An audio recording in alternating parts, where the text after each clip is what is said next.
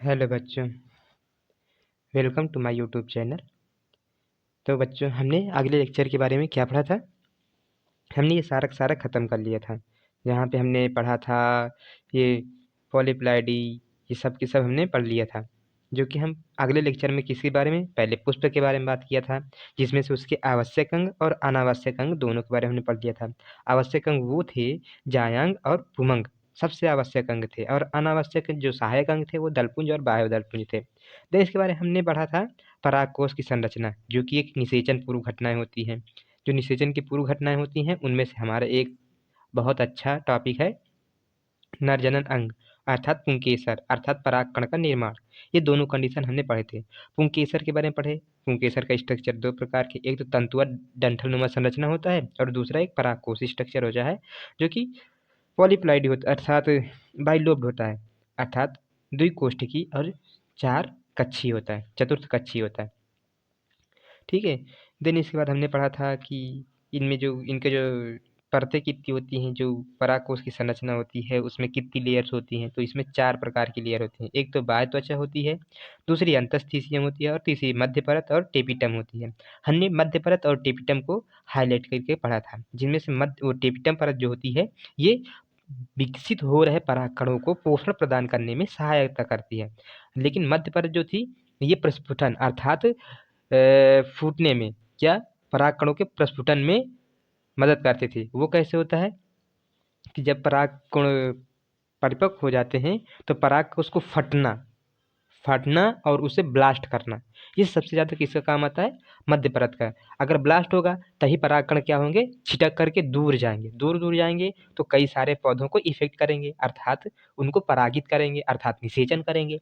तो प्रस्फुटन का मतलब यही होता है। ठीक है। इसके बाद हमने लघु बीजाणु मात्र कोशिका से हमने परागकण का निर्माण कराया था। फिर हमने बाह्य त्वचा, ये सारे के सारे कंडीशन पढ़ के हमने सारी घटना पढ़ी, और उसमें से पॉलीप्लाइडी क्या होती है, तो पॉलीप्लाइडी भी पढ़ लिया, बहुकेंद्रिकी और बहुगुणिता जो टेपिटम होती है, टेपिटम की लेयर होती है।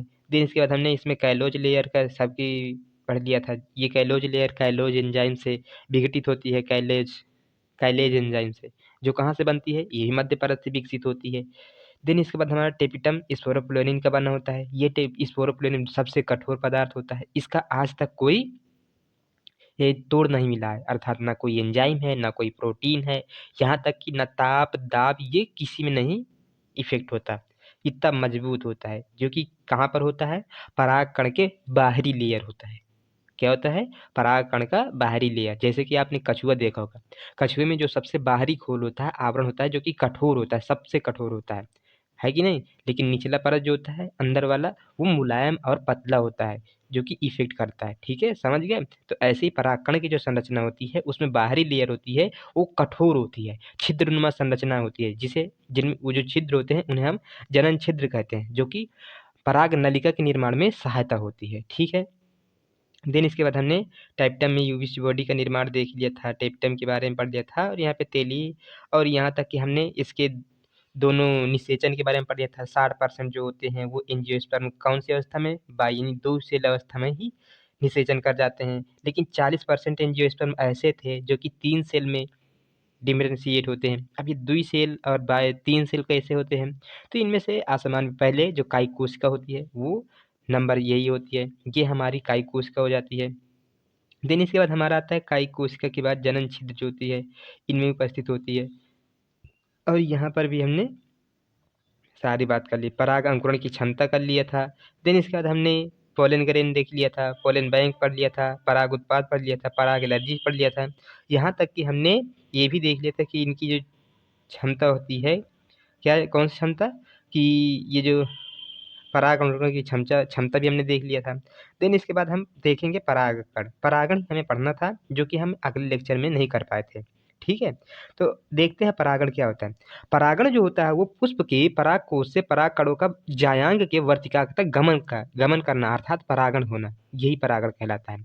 अर्थात जब पुष्प जब निषेचन होता है तो निषेचन के दौरान जो परागकण होते हैं वो वर्तिकाग्र तक आते हैं, अर्थात नर पुष्प से मादा पुष्प तक जो परागकण अंक जाते हैं, वही जो जाने की प्रक्रिया है वो परागकण होता है। अर्थात निषेचन नहीं होता कि परागकण जो आप लोग सोच रहे हो कि जो परागण होता है उसका बेसिकली मतलब निषेचन ही है। निषेचन यहाँ पे नहीं होगा। इसका सिर्फ और सिर्फ मतलब ये होता है कि जो परागकण होते हैं उनका ट्रेवल करना कहाँ से कहाँ तक, ये नर अंग से मादा अंग तक ट्रेवल करना, क्या, पुमंग का, ये दर्शाता है क्या, हमारा परागण होता है। ठीक है। परागण का कतई मतलब नहीं होता कि निषेचन होता है। निषेचन तो बाद में होता है, जब पुमंग पहुंच जाते हैं। कहाँ पहुंच जाते हैं, वर्तिकाग्र में। वर्तिकाग्र से फिर एक ट्यूब जनन नलिका का निर्माण होगा, वो पराग नलिका का निर्माण होगा। ये पराग नलिका में नर जनन कोशिकाएं होती हैं। कौन सी कोशिकाएं, नर जनन कोशिकाएं। जो हमने पीछे पढ़े थे ना, वो 2 कोश की संरचनाएं और 3 कोश की संरचनाएं पढ़े थे ना, वो अवस्थाएं आती हैं। इसके बाद वो, जब वो अवस्थाएं कहाँ पर दिखती हैं हमें, वो अवस्था हमें जब पराग नली निर्मित होती है उस दौरान हमें ये बाइलोब्ड संरचना वो सॉरी द्विकोश की संरचना और त्रिकोश की संरचना देखने को मिलती है। तो वहाँ पे फिर जाकर के निषेचन होता है। अभी यहाँ पे निषेचन नहीं होगा। परागण बेसिकली यह होता है कि जब ये एक माध्यम होता है जो कि पराग कण को नर जनन अंग से मादा जनन अंग तक ले जाने में सहायता करता है। अब ये डिफरेंट डिफरेंट प्रकार के होते हैं। तो इनकी स्थिति और पोजीशन के आधार पे हमने इनको 3 प्रकार से बांट दिया। जो कि पहला क्या था हमारा, पहला हमारा स्वयुग्मन था। क्या था हमारा, पहला था स्वयुग्मन, दूसरा क्या था सजातपुष्पी, और तीसरा परनिषेचन। तो अब ये बताना होगा कि भैया इसमें से स्वयुग्मन कौन सा होता है, सजातपुष्पी कौन सा होता है, और परनिषेचन क्या होता है। तो इसमें से हम जो स्ट्रक्चर है इसके आधार से देखते हैं। तो स्वयुग्मन देखो, ये है हमारा स्वयुग्मन के लिए, जिसे हम ऑटोगैमी कहते हैं। क्या कहते हैं, ऑटोगैमी कहते हैं। तो इसमें से क्या होता है कि जो स्वयुग्मन होता है उसमें उसी के एक ही पुष्प का पराग, यानी एक पुष्प लो, सिर्फ और सिर्फ तुम एक पुष्प लो। अगर तुम उसके एक ही पुष्प के जो पुमंग होते हैं उनको उसी पुष्प के जायांग में तुम गिरा दो, तो वो हमारा स्वयुग्मन होता है। और दूसरा जो होता है परनिषेचन, सॉरी परनिषेचन या परपरागण। ये परपरागण ऐसे होता है कि जब एक पुष्प से दूसरे पुष्प में पुमंग जाए या दूसरे पुष्प से पहले वाले पुष्प में आए, तो वो हमारा परनिषेचन होता है। और सजात पुष्पी परागण कौन सा होता है कि जब पराग कण एक ही पौधे के किसी दूसरे पुष्प से किसी तीसरे पुष्प में या किसी पहले पुष्प से एक पुष्प से दूसरे पुष्प में परागकण का ट्रांसफर हो। एक ही पौधा होना चाहिए, अलग अलग ना हो। सिर्फ एक पौधा होगा, उसी पौधे के एक पुष्प से दूसरे पुष्प में पुमंग का अर्थात परागकणों का ट्रांसफर होना क्या कहलाएगा, हमारा सजात पुष्पी। अगर पौधा अलग अलग हो गए, क्या, पौधा अलग अलग हो गए और एक पौधे के पुष्प से किसी दूसरे पौधे के पुष्प में परागकण का ट्रांसफ्यूजन अर्थात ट्रांसफर हो, तो वो हमारा परनिषेचन होता है और कुछ नहीं होता। और एक ही पौधे के एक ही पुष्प के उसी के परागकण उसी पौधे के उसी पुष्प के वर्तिका पर गिरे, तो वो हमारा आ जाता है स्वयुग्मन। अर्थात स्वयं की, स्वयं मतलब कि एक ही में। सजात पुष्पिक मतलब किसी 2 पुष्प होंगे लेकिन एक ही पौधा होगा। सजात मतलब एक ही पौधा लेकिन 2 पुष्प होंगे। परनिषेचन या परपरागण मतलब डिफरेंट डिफरेंट पौधा होंगे, 2 पुष्प होंगे जिनमें से डिफरेंट डिफरेंट निषेचन होगा। समझ में आ गया, समझ में आ गया। देन इसके बाद हम पढ़ते हैं स्वयुग्मन का। देखो क्या कहलाता है स्वयुग्मन, यही चीज था, ये दिया है हमारा स्वयुग्मन। स्वयुग्मन में क्या है कि स्वयुग्मन ये दे रखा ऊपर, एक पुष्प के परागकण उसी पुष्प के वर्तिका पर स्थानांतरित हो तो इसे हम ऑटोगैमी कहेंगे। देन दूसरा वाला क्या है, स्वपरागण से बनी नई पीढ़ियां जो होती हैं वो अधिक वेरिएशन नहीं दर्शाती, कतई नहीं, स्वयुग्मन वेरिएशन कभी नहीं दर्शाती। लेकिन नए पौधे जो होते हैं वो भिन्न वातावरण में अधिक अनुकूलित नहीं होते। न इनमें वेरिएशन देखने को मिलता है और ना ही इनमें अनुकूलन दर्शाने को मिलता है। किसमें, स्वयुग्मन में।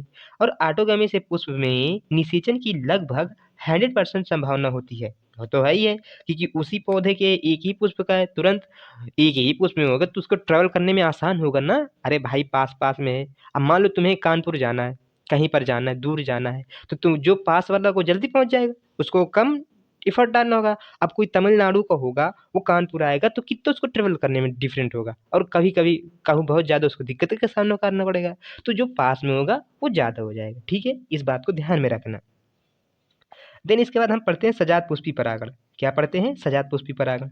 सजात पुष्पी परागण में क्या होता है कि इसमें हमारे एक पौधे के किसी पुष्प को परागकण उसी पौधे के दूसरे पुष्प के वर्तिका पर स्थानांतरित हो जाए। देखो इसमें 2 ही पौधे दे गए हैं, किसी पुष्प के परागकण उसी पौधे के, एक ही पौधा है उसी पौधे के दूसरे पुष्प के वर्तिका पर स्थानांतरित हो जाए तो क्या कहलाता है? सजात पुष्पी परागण होता है।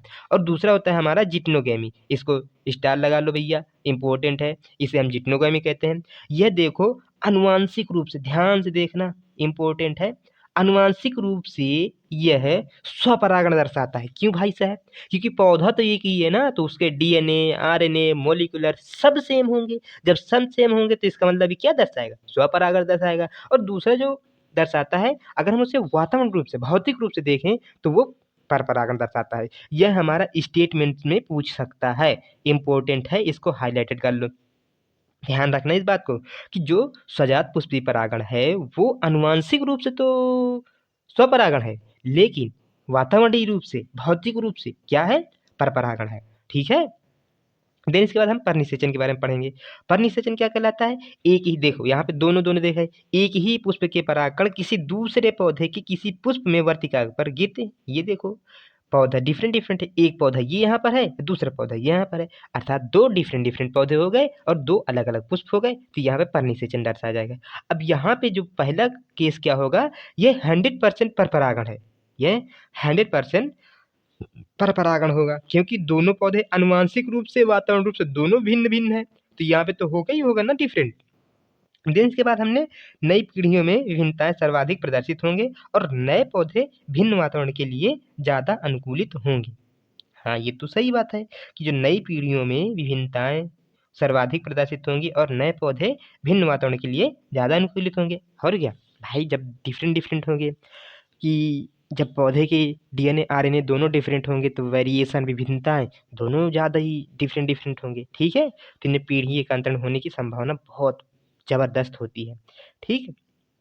देन इसके बाद हम पढ़ेंगे कि स्वपरागण के लिए पौधों में उपस्थित अनुकूलन। तो सबसे पहले हम क्या देखते हैं, अभी हम स्वपरागण पढ़ेंगे कि स्वपरागण होने के लिए कौन कौन सी कंडीशन अप्लाई होनी चाहिए। तो ये कंडीशन कहती हैं कि हमें सबसे पहले क्या होने चाहिए, हमें भाई साहब इत्ते इत्ते दर्शाने चाहिए। ठीक है, ठीक है, क्या क्या होना चाहिए? एक तो हमारे पास पुष्प जो होना चाहिए उभयलिंगी होना चाहिए। भैया उभयलिंगी का मतलब क्या होता है? उभयलिंगी का मतलब होता है कि उसमें नर और मादा दोनों अंग एक ही साथ होंगे। ठीक है, और यहीं पे हमारा एक लिंगी जो होता है, एक लिंगी में क्या होता है, सिर्फ एक ही होगा, नर होगा तो नर हो की जैसे संरचना है, और मादा होगा तो मादा, उसमें दो प्लांट हो जाएंगे, जैसे कि इंसान, ये एक लिंगी जीव होते हैं। ठीक है, और उभयलिंगी पौधे कौन से होते हैं? तो कई सारे पौधे होते हैं इनके बारे में। और इसमें दूसरा कंडीशन आता है, वो समकालिकता आता है। समकालिकता क्या दर्शाता है? इसमें जो पुष्प में नर अंग है और मादा अंग है दोनों एक साथ ही विकसित होते हैं। ऐसा नहीं कि 1-2 घंटे, मतलब कि 4 दिन के बाद परिपक्व होता है और नर अंग 5 महीने के बाद परिपक्व होता है, नहीं, इसमें एक ही समय में होगा। अगर वो 4 दिन ले रहा तो वो भी 4 दिन ही परिपक्व होने में लगेगा। तो ये स्वयुग्मन यानी स्वपरागण होता है। देन इसके बाद इनमें अनुन्मिलितता होनी चाहिए। अनुन्मिलितता और उन्मिलितता दोनों होनी चाहिए। अनुन्मिलितता क्या होता है? अर्थात यानी खुलने की, ओपन होने की। ऐसे पुष्प जो जीवन अवधि में कभी नहीं खिलते, खिलने की क्षमता नहीं होगी इनमें से। क्या नहीं होगी? ये जो पौधे होते हैं इनमें ओपन होने, जो पुष्प होता है वो खुलता नहीं है, बंद ही रहता है हमेशा। उसी अवस्था में इनका स्वपरागण हो जाता है। ठीक है, तो इनके कुछ एग्जाम्पल हैं, देखो दर्शाते हैं। एक्जेलिस है, कैमिलिना है और वयोला है। ठीक है, इनमें से दोनों प्रकार के पुष्प होंगे। कौन से कौन से? एक तो हमारा अनुमिल परागण और उन्मिल, दोनों के दोनों दर्शाए जाएंगे। यहाँ पे देखते हैं एक एग्जाम्पल बहुत डिफरेंट, बहुत बहुत अच्छा है, कलिका परागण। कलिका परागण क्या होता है कि निषेचन अर्थात परागण जो होता है, निषेचन नहीं बोलेंगे, देखो मैं गलत कर रहा हूँ, परागण बोलेंगे। यहाँ पे परागण जो होगा वो कली की अवस्था में ही हो जाता है। किस अवस्था में? कली अवस्था में ही परागण का हो जाना, ये क्या कहलाएगा? हमारा कली का परागण। जैसे कि गेहूं आता है, धान आता है, मटर आता है। अब गेहूं, धान, मटर तो सभी ने देखा होगा। अब एक चीज तुम देखना, जब मटर की खेती किसी के यहाँ पे मटर हो तो देखना ठंडी का सीजन चल रहा है, अब उसमें जाके तुम देखना मटर के पौधे में उसका पुष्प ओपन नहीं होगा, ओपन होगा लेकिन उसकी दो पंखुड़ियां अलग होंगी, लेकिन दो पंखुड़ियां बंद होगी। तो ओपन अन यानी कि उसको बंद ही कहेंगे, बंद अवस्था में ही रहेगा और कली की अवस्था में ही उसका निषेचन हो जाता है। तुमने गेहूँ देखा होगा, गेहूँ की कभी बाली देखो, उसमें व्हाइट व्हाइट कलर की ऊपर लेयर सी हल्की हल्की डॉट डॉट सी आ जाती है, तो वो भी निषेचन ही हो रहा होता है। उसमें जो पुमंग होते हैं वो परिपक्व हो चुके होते हैं, धान की खेत में ही ऐसे होते हैं। ठीक है, तो ये हमें सब पता होना चाहिए। देन इसके बाद हमारा आता है पर परागण। परपरागण क्या होता है, इसके बारे में हम अगले लेक्चर में बात करेंगे। ठीक है, धन्यवाद।